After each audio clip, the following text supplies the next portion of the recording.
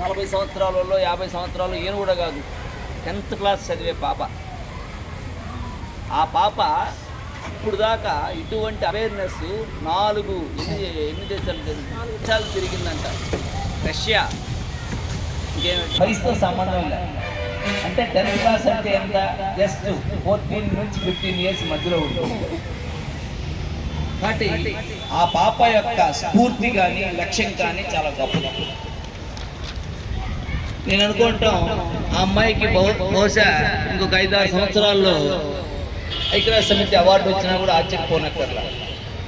అంటే ఆ అమ్మాయి వివిధ దేశాల్లో తిరిగి ఏం చేస్తుంది సార్ అంటే ఇటువంటి, ఇప్పుడు సపోజ్ ఈరోజు యొక్క ప్రాధాన్యత ప్రపంచ జల దినోత్సవం, సేవ్ ద వాటర్.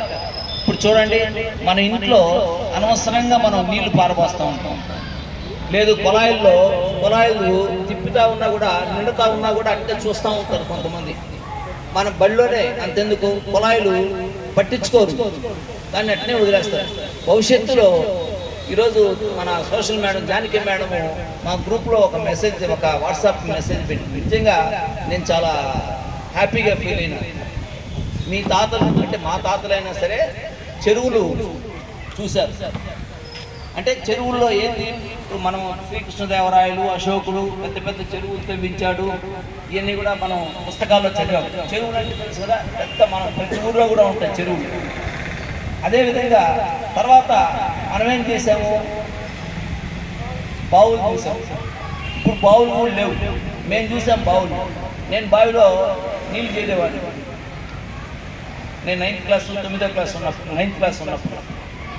తర్వాత మనకి హ్యాండ్ బోర్లు వచ్చాయి, తర్వాత వీధి కుళాయిలు వచ్చాయి, తర్వాత ఇప్పుడు ఏమొచ్చాయి, బాటిల్స్ వచ్చాయి, బోర్లు వచ్చాయి, బావులు బాటిల్స్ వచ్చాయి. అంటే నీళ్ళని మనం కొనుక్కుంటున్నాం, అవునా కదా. ఇప్పుడు సూళ్ళూరుపేటలో కానీ వాటర్ కానీ ఎక్కడి నుంచి తెప్పించుకుంటున్నాం, మన్నార్ బోర్డు నుంచి తెప్పించుకుంటున్నాం. ఇప్పుడు మనకి ట్యాంకీ ఉంది, ఎక్కడి నుంచి తోలుతున్నారు, మున్సిపల్ కార్పొరేషన్ మన్నార్ బోర్డు నుంచి తోలుతున్నారు. అంటే ఈ వాటర్ సూళ్ళూరుపేట వాటర్ పనికిరాదు. భవిష్యత్తులో ఏమవుతుంది, ఇంకో విషయం తెలుసా, పెద్ద క్రికెటర్స్ వాడేటువంటి బాటిల్ ఖరీదు మీకు ఎంతో తెలుసా? నేను జనరల్గా మనం తాగేదంతా 20 రూపాయలు, కిన్లీ కానీ బిస్లరీ కానీ, అంతే కదా. ఎవరు మీరైనా తాగినా 20 రూపాయలు.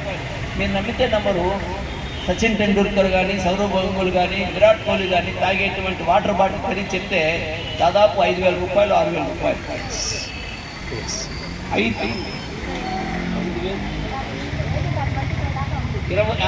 ఇంకా 25,000 బాటిల్ ఖరీదు. Just 1 litre water bottle Amitabh Bachchan, పెద్ద ఫారూక్ ఖాన్, షారూక్ ఖాన్, సినిమా యాక్టర్లు కానీ పెద్ద అరిస్టోక్రాట్స్ తాగేటువంటి వాటర్ బాటిల్ ఖరీదు అని తెలుసా? ఒక కుటుంబం జరిగిపోతుంది. 25,000 రూపాయల నుంచి దాదాపు 5,000 రూపాయలు ఒక వాటర్ బాటిల్. అంటే భవిష్యత్తులో చూడండి, అంటే దీనివల్ల ఏంటి, నీళ్ళు దొరకకుండా పోతాయి. ఒకప్పుడు మనం ఫ్రీగా బావుల్లో నీళ్ళు తాగేవాళ్ళు, ఆ పరిస్థితి లేదు. కాబట్టి మరి చెట్లను కాపాడాలి. వర్షం పడితేనే కదా నీరు వస్తుంది. మరి వర్షం పడాలంటే చెట్లని మనం అధికంగా పెంచాలి. మీరేం చేయాలి, ప్రతి ఇంట్లో కూడా వీలైనంతవరకు 1-2 చెట్లు పెంచండి. మరి బయాలజీ మేడమ్స్ లేరు, ఇక్కడ ఒకరే ఉన్నారు. బయాలజీ మేడమ్స్ చొరవ తీసుకుని, నాకు తెలిసి నేను ఎల్లశాఖరంలో ఉన్నప్పుడు ఈ